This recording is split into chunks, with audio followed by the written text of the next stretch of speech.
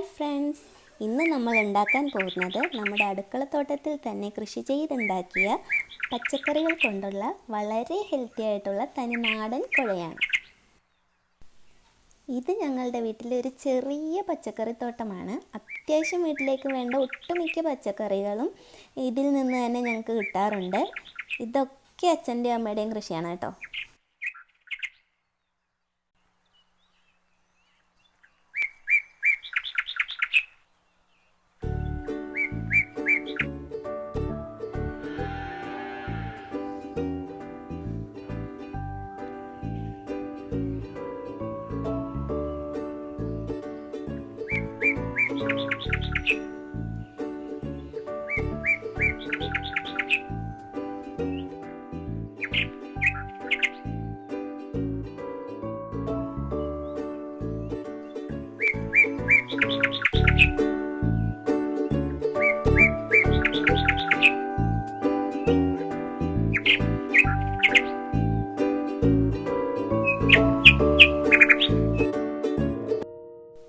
ഇതെല്ലാം നമ്മുടെ തോട്ടത്തിൽ നിന്നും പറിച്ചെടുത്ത പച്ചക്കറികളാണ്.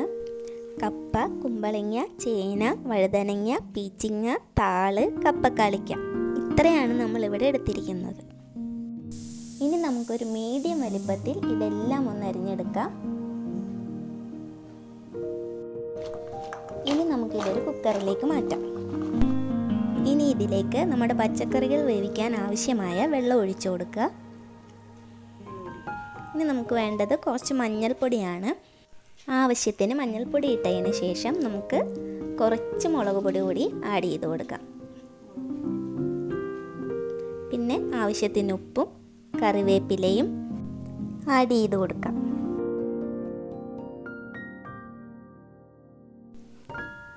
ഇനി ഇതിലേക്ക് ഒരു സവോള അരിഞ്ഞു വെച്ചത് ആഡ് ചെയ്ത് കൊടുക്കാം. പിന്നെ 2 പച്ചമുളകും കൂടി അതിലേക്ക് ഒടിച്ചിട്ട് കൊടുക്കാം. പിന്നെ ഒരു വാഴയില എടുത്ത് അത് മൂടി വയ്ക്കാം. എന്നിട്ട് നന്നായിട്ടൊന്ന് വേവിച്ചെടുക്കാം. നമ്മുടെ പച്ചക്കറികളൊക്കെ ഒന്ന് വെന്ത് കിട്ടുന്നതിനുള്ളിൽ നമുക്ക് നമ്മുടെ പീര ഒതുക്കിയതൊന്ന് തയ്യാറാക്കിയെടുക്കാം.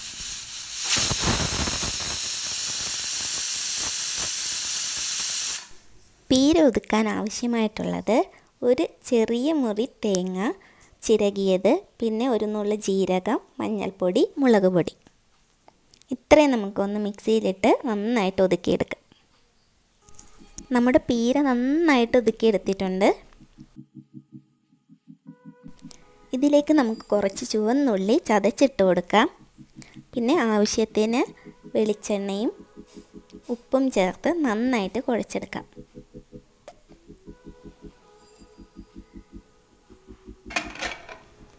നമ്മുടെ പച്ചക്കറികളൊക്കെ ഇപ്പോൾ നന്നായിട്ട് വെന്ത് കിട്ടിയിട്ടുണ്ട്.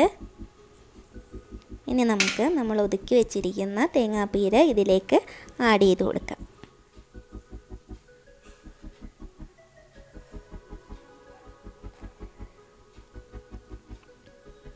ഇനി നമ്മുടെ പച്ചക്കറികളും തേങ്ങാപ്പീരയും ചേർത്ത് നന്നായിട്ടൊന്ന് കുഴച്ചെടുക്കണം.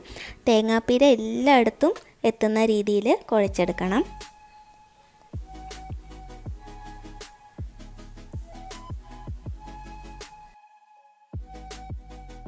ഇനി ഇതിലേക്ക് 2 വറ്റൽമുളകും ചുവന്നുള്ളിയും മൂപ്പിച്ച് ഇട്ട് കൊടുക്കാം. ഇപ്പം നമ്മുടെ കുഴയൊക്കെ റെഡി ആയിട്ടുണ്ട്. നല്ല ഹെൽത്തി ആയിട്ടുള്ള തനി നാടൻ കുഴയാണ്. നിങ്ങളെല്ലാവരും ട്രൈ ചെയ്ത് നോക്കണം. ഇഷ്ടപ്പെട്ടാൽ വീഡിയോ ലൈക്ക് ചെയ്യണം, ഷെയർ ചെയ്യണം, സബ്സ്ക്രൈബ് ചെയ്യണം.